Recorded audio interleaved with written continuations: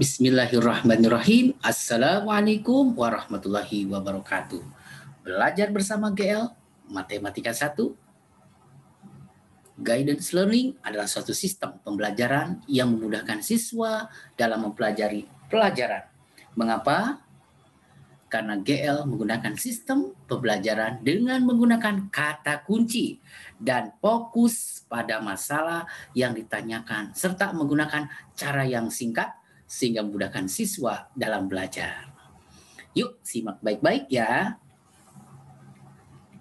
Assalamualaikum warahmatullahi wabarakatuh.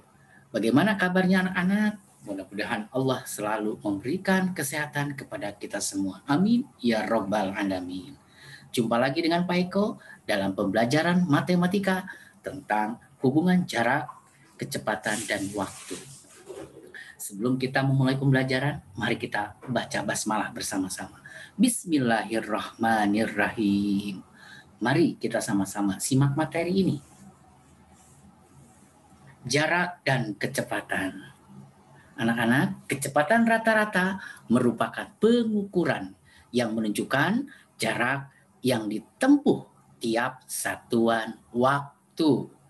Nah, hubungan kecepatan rata-rata, jarak, dan waktu dapat disimpulkan dengan gambar jajan ke warung. Nah, ini kata kuncinya ya. Jaknya jarak, satuannya kilometer atau meter. Kecepatan rata-rata satuannya kilometer per jam atau meter per menit. Dan waknya waktu, satuannya jam atau menit. Nah, bagaimana cara menentukan jarak, kecepatan, dan waktu? Nah, perhatikan kata kuncinya jakewa, ya, jarak, kecepatan, waktu. Yang pertama, kecepatan. Kecepatan rata-rata adalah dengan cara jarak dibagi waktu, ya, nih, ya, nah, atau per waktu. Kemudian jarak. Nah, ini jarak, kalau kita mencari jarak berarti ke-nya kecepatan dikali waktu, ya, kalau bersebelahan berarti kali. Dan terakhir kalau waktu sama dengan jaknya jarak per kecepatan. Ini adalah kata kunci kita hari ini.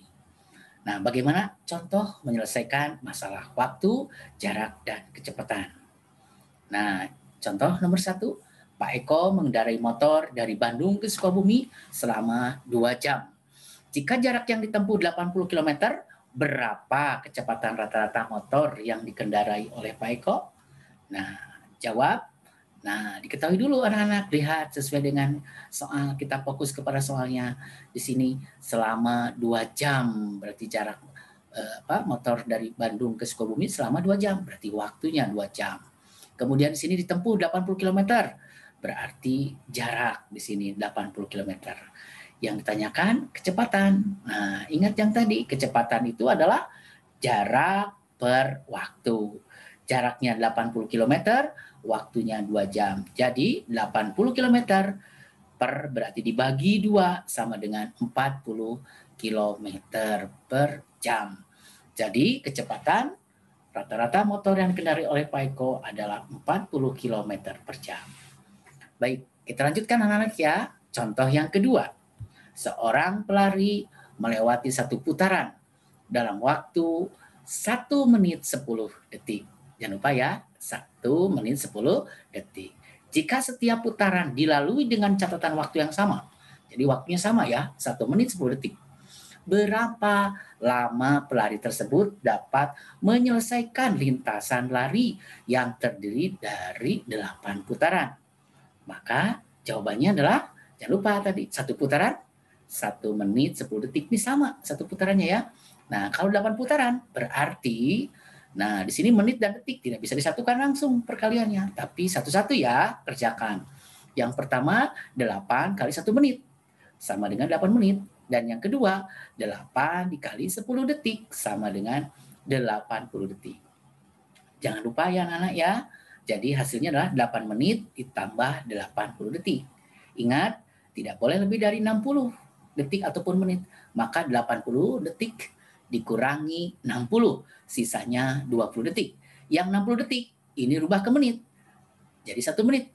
Sehingga 8 menit ditambah 1 menit, itu hasilnya adalah 9 menit ditambah 20 detik. Jadi lamanya pelari itu menyelesaikan lintasan adalah waktunya 9 menit 20 detik. Cukup mudah kan? Ya, baik anak-anak. Kita lanjut ya, satu lagi. Contoh yang ketiga. Ya, Ibu Mary mengendarai mobil dengan kecepatan rata-rata 70 km per jam. Ia mulai berkendaraan pukul 07.45 dan tiba di tujuan pukul 10.00.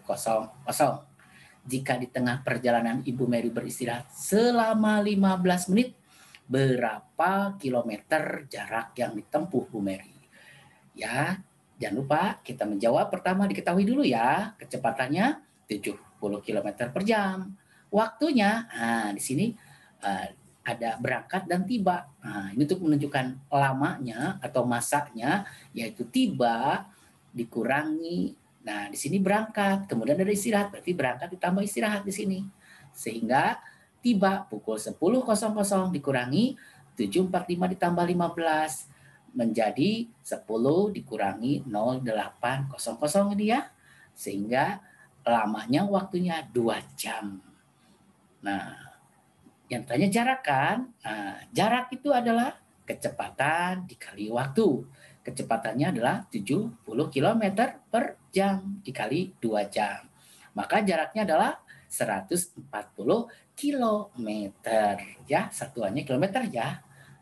Jadi jarak yang ditempuh oleh Ibu Mary adalah 140 km.